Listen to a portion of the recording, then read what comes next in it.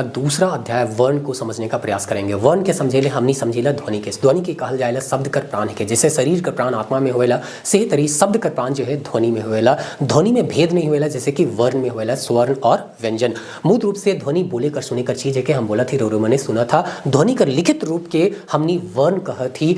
भाषा कर सबसे छोट इकाई जो होएला से के ध्वनि ही कहल जाएला। वर्ण कर बारे में कहल जाए इकर खंड नहीं करल जा सकेला। कहे का मतलब है अ है क है तो इकर हम खंड नहीं कर सकीला। लेकिन जब शब्द हम बनाब जैसे कि आम, तो आम कर खंड हो सकेला अ में आकार और म, तो हे तरी हिया याद रखे के। उकर बादे वर्ण कर जे समूह होएला से के हमनी कहिला वर्णमाला। अलग अलग भाषा में अलग अलग वर्णमाला कर प्रयोग करल जाएला। हिंदी में हमनी देवनागरी लिपि कर प्रयोग करीला, अंग्रेजी में रोमन लिपि कर प्रयोग करीला, नागपुरी में भी देवनागरी लिपि कर प्रयोग करल जाएला। हिंदी में जे लिपि है उकर में 13 स्वर 35 व्यंजन और 4 संयुक्त व्यंजन होएला। नागपुरी में इकर से तनी सुन बदल जाएला 8 स्वर। स्वर के कहिला जेकर उच्चारण कोनो बाधा कर अलगटे होले सके हमनी स्वर कहिला। अब उ 8 स्वर कौन है के, तो उ अ ई।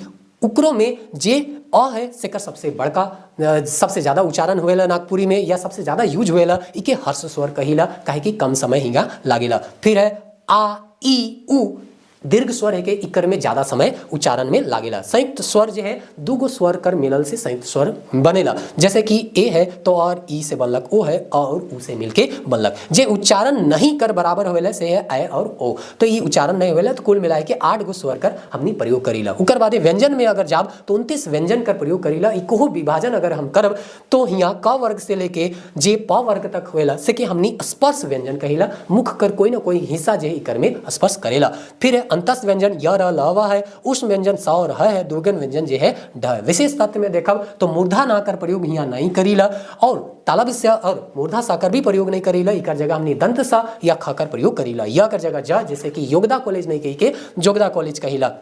छ कर उच्चारण नहीं करके हिया हमने ख या छ कर उच्चारण करीला। त्र का उच्चारण कर जगह तर करीला। संयुक्त अक्षर का प्रयोग करे से हमने नागपुरी में बाचीला। ज्ञ कर उच्चारण गे होएला। संयुक्त व्यंजन कर प्रयोग हमने नहीं करीला, से चीज नागपुरी में स्पष्ट रूप से बताल जाए। अनुनासिक उच्चारण जे नाक और मुंह दोनों से हुए से अनुनासिक कहल जाएला, जैसे नाव गांव और ठाव। अनुस्वार स्वर के बाद आगे वाला व्यंजन जेकर ध्वनि नाक से निकलेला, जैसे मंजू मेंजूर और पैरी। निरानुनासिक एकला मुंह से बोले वाला उच्चारण है के, जैसे खाई काम और हर। विसर्ग नागपुरी में सामान्यतः हमने विसर्ग का प्रयोग नहीं करीला। अल्प प्राण जैसे कि तनी गो प्राण है तो कम समय लागेला, जैसे कि क च ट त प और ग ज ड द ब। तो ये है के पहला और तीसरा अक्षर, तो अल्प मतलब छोटा, पहला मतलब छोटा, तो पहला और तीसरा। बाकी जे 22 गलत दूसरा और चौथा से महाप्राण आवी या घोष आवी। वर्णमाला का दूसरा और चौथा वर्ण। बालाघा जेकर में तनी सुन ज्यादा उच्चारण लंबा खिंचाएला। इकर रूप बदलकर अपनी हिती तरी प्रयोग होएला, और अपनी हिती में होए वाला कि कोई भी शब्द तनी ज्यादा खिंचाएला। शब्द कर अंत में हर्षी ई हुए तो आगे व्यंजन हुए तो उ व्यंजन कर पहले हमने ई लगाईला। तो जैसे जाति कर होएगला जाइत और भांति कर होएगला भांत।